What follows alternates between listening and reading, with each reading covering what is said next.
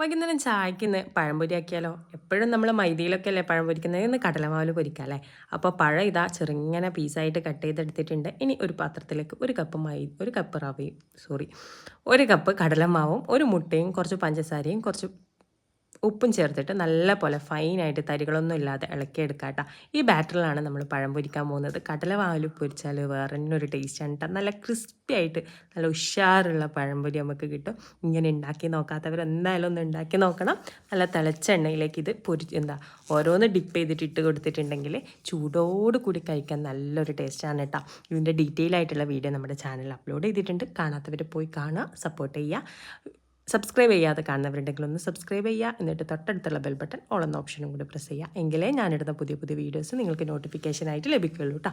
ഇഷ്ടപ്പെട്ടിട്ടുണ്ടെങ്കിൽ ലൈക്ക് ചെയ്യാനും ഷെയർ ചെയ്യാനും ഉണ്ടാക്കി നോക്കിയിട്ട് അഭിപ്രായം കമൻറ്റ് ചെയ്യാനും മറക്കരുത്. കണ്ട അടിപൊളി ക്രിസ്പി ആയിട്ടുള്ള പഴംപൊരിയാണ്.